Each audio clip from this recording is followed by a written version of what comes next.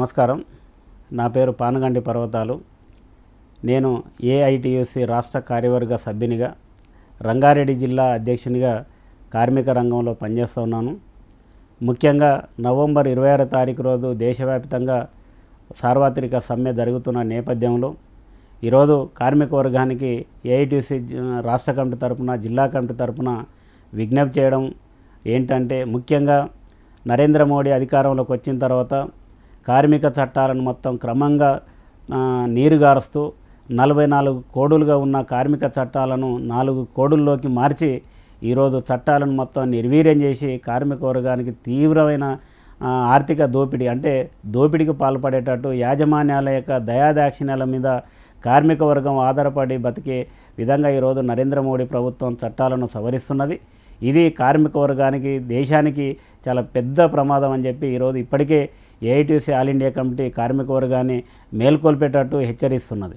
కాబట్టి ఈ నేపథ్యంలో రేపు నవంబర్ 26 తారీఖు రోజు జరిగే సమ్మెలో మొత్తం దేశ కార్మిక వర్గం అంతా కూడా ఎక్కడికక్కడ ప్రభుత్వాలకు వ్యతిరేకంగా ర్యాలీలు, సభలతో అంటే హోరెత్తించి ఈ నరేంద్ర మోడీ ప్రభుత్వానికి తగిన విధంగా హెచ్చరికలు పంపే పరిస్థితులు ఆసన్నమైనవి.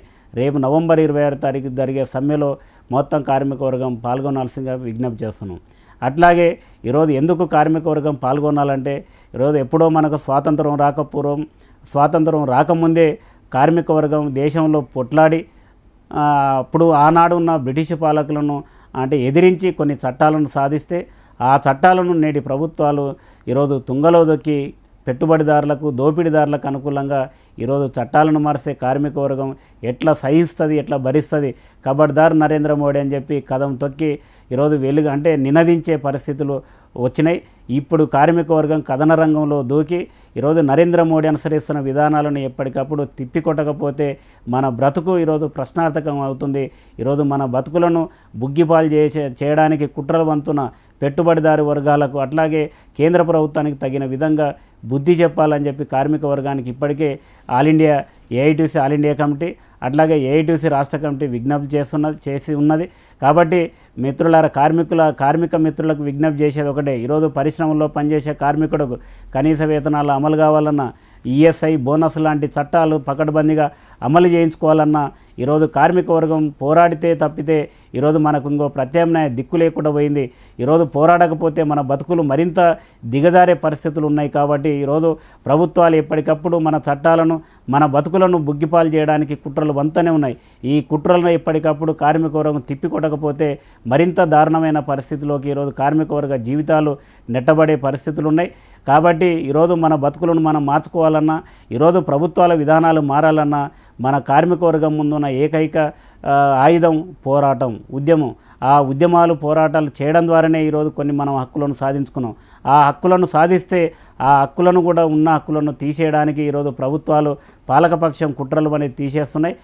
కాబట్టి ఈరోజు రేపు 26 నవంబర్ తారీఖులో జరిగే దేశవ్యాపిత సమ్మెలో పెద్ద ఎత్తున కోట్ల మంది కార్మిక వర్గం ఈరోజు ఈ సమ్మెలో పాల్గొనాలి. ఈ సమ్మె ఓన్లీ కేవలం కార్మిక చట్టాలను కాపాడడానికే కాదు, ఈరోజు ప్రభుత్వ రంగ సంస్థలను మూసేయడానికి ప్రయత్నం చేస్తున్నది. అట్లాగే ప్రభుత్వ రంగ సంస్థలను ఈరోజు పబ్లిక్ సెక్టర్ను మొత్తం ప్రైవేట్ వాళ్ళకి అప్పచెప్పడానికి కుట్రలు వంతున్నది. ఇప్పటికే ఎఫ్డిఐని, అంటే ఫారిన్ డైరెక్ట్ ఇన్వెస్ట్మెంట్ అని ఈరోజు విదేశీ ప్రత్యక్ష పెట్టుబడులు మన భారత పార్లమెంట్, అంటే మన భారతదేశంలోకి ఆహ్వానించడం ద్వారా ఇప్పటికే పబ్లిక్ సెక్టర్ మొత్తం ఈరోజు ధ్వంసమయ్యే పరిస్థితులు ఉన్నాయి.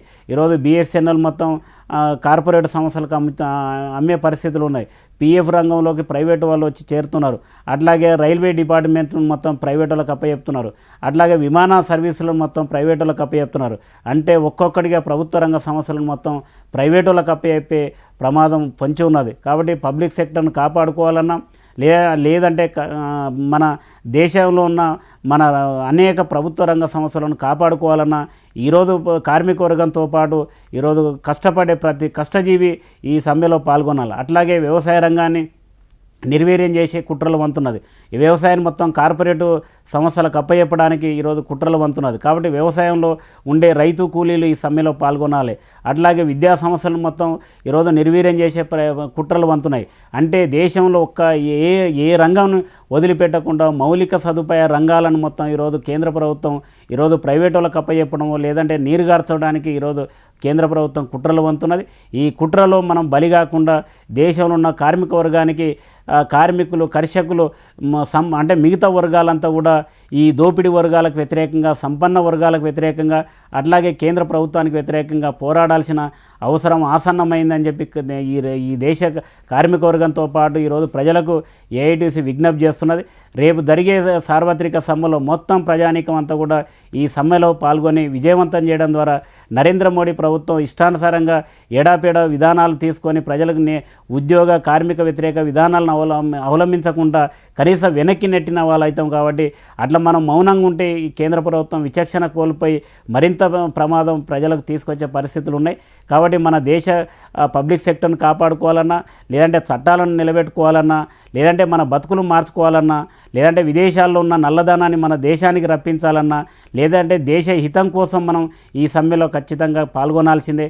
ప్రజలందరూ కూడా కార్మిక వర్గంతో మమేకమై ఈ భాగస్వాముల ఈ సమ్మెను విజయవంతం చేస్తారని చెప్పి ఆశిస్తూ ముగిస్తున్నాం.